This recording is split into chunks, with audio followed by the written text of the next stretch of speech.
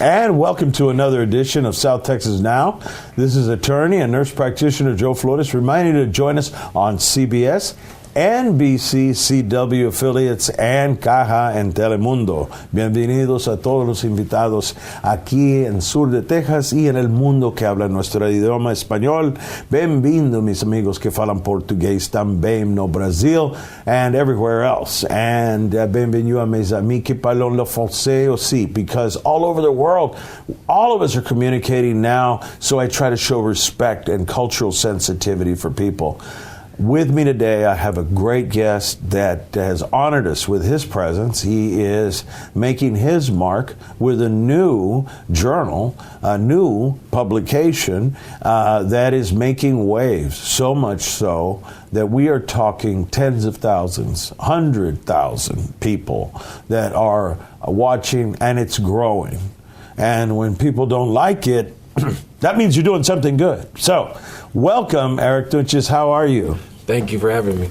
Well, I appreciate it. I'm a little deaf in one ear, but I hear you clearly here. But, first of all, let's just start out with your background, where you grew up, and, your parents, your family. Can you tell us a little bit about yourself? Sure. I'm from the Molina neighborhood, also known as Motown, Texas. That's the capital of Corpus Christi.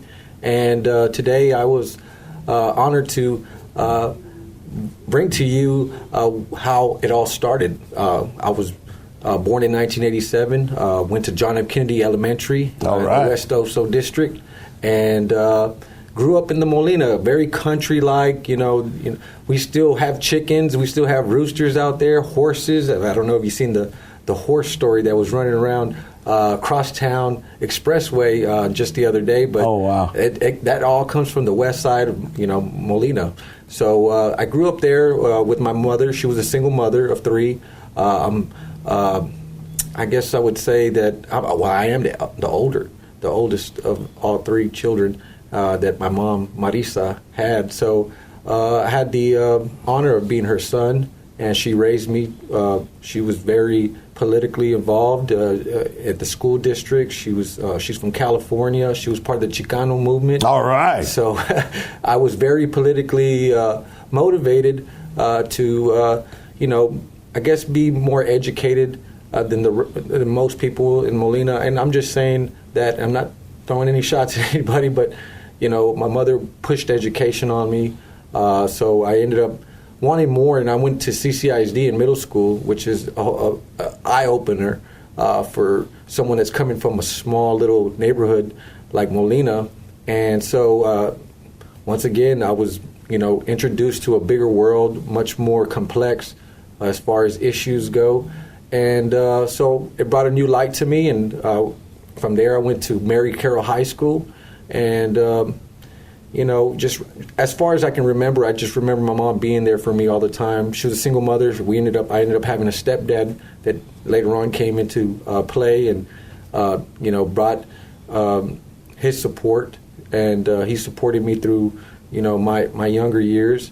He I guess he would say he was an AC technician, and he was a hard worker. So all those ethics and values that I learned from him and my mother has kind of pushed me to where I am today. So, you've had a background that is grassroots. You remind me of the brothers, of course, the Castros and others that had that California movement, Cesar Chavez and everyone else who was involved in that. Also about civil rights. What motivates you, what motivated you to have started Chronica, and what format did it start out in? Well, it all started when I ran for city council back in 2018. My mother ended up passing away during that election. I'm so sorry. No worries. Made me stronger, and I learned a lot from that. And 3 days before the election, after coming from Houston at MD Anderson, being there for my mother, I ended up getting indicted 3 days before the election over a piece of cake, Well, what really blew it all up out of proportions. So brought a big idea to me as far as wanting to start my own news media source. So I did.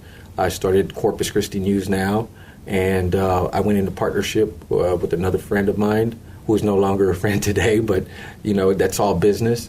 And I ended up being a target by the PD continuously. So pretty much my whole life. If you come from Molina, there's not a Mexican American over there that has never had a run-in with the police department.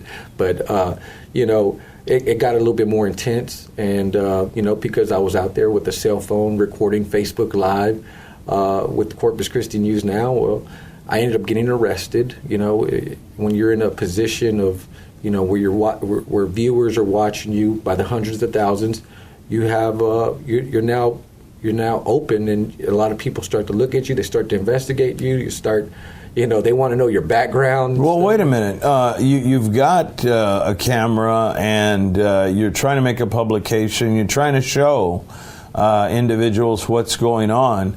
Why did they arrest you? Did they accuse you of obstructing the scene of a crime? Or? No. Actually, this was an internal, a domestic situation. I understand. So it just took one phone call, as far as, within the family, and then it turned it out, was there any hands being used, or was there a physical altercation? Well, yeah, there was, and it ended up being me that went to jail rather than the other person.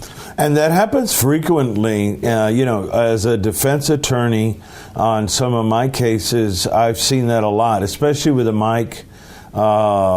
I've even, and not to say anything with your partner or anything about anybody disparaging, mm-hmm. but people, when they are angry, will say anything hurtful or just to inflame the situation. Right. So I do remember that issue. And so you've been through a lot that's motivated you to make your own publication. I can understand that. But from my view, and my opinions are mine, Mr. Tunchez's opinions are his, and they don't represent those of the station or of any of the channels that I'm on. But I will say that what I've seen is a lot of public record. The scanner going to scenes, accidents, reporting things that often are ignored by some mainstream media, but I'd ask that we keep the identification of the media specifically out of it, but let's call it the mainstream media. They don't catch all of it. And to be fair from that side, at times some of the media only has one camera for the whole county. Right. So we know that. But without disclosing channels, just talk about mainstream media, there have been stories that have been missed. And what stories do you think are missed or not? There's not a narrative driving them. Well, I think it's just about, it could be anything. It could be a violent crime that took place. Well, the mainstream media doesn't get more in depth to what happened. It's not a fair. It's not a fair outlook of what took place. The event. That's why we named it. Well, that's the reason why I created the Chronica, because it's a chronicle: who, what, when, where, and why. And when you misplace or you misrepresent what takes place through an event, then that's the reason why I come into play, to be fair and to bring justice and to bring the voice to those that are not being heard. Because this is not, so Corpus Christi Chronica is not a government-based news station. We don't just take public record from the Nueces County Courthouse or the Corpus Christi Police Department. We give a fair outlook. We give both sides. And that's what makes us so unique and much different, because the mainstream media doesn't go there. Well, there's a certain interpretation. Certain people may say, now, wait a minute, there's always an angle. They may say, now, wait a minute, he's had his run-ins with the law that perhaps weren't fair. There's been some other things. Maybe there's an axe to grind. Or he says he's being fair and balanced. But, as you've shown a clip, and we'll re-show it here in a minute, we have a public official saying that you are fake news and felt attacked by your printing and publishing. How do you respond to that? You don't interfere with the election process, and you don't mess with the freedom of speech.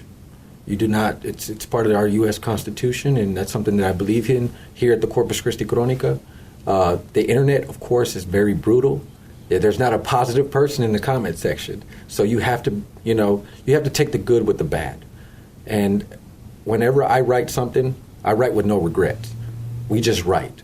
So people can, find it hard to believe, or don't want to believe, or just in denial about the truth. Because the truth is hard, and the truth hurts.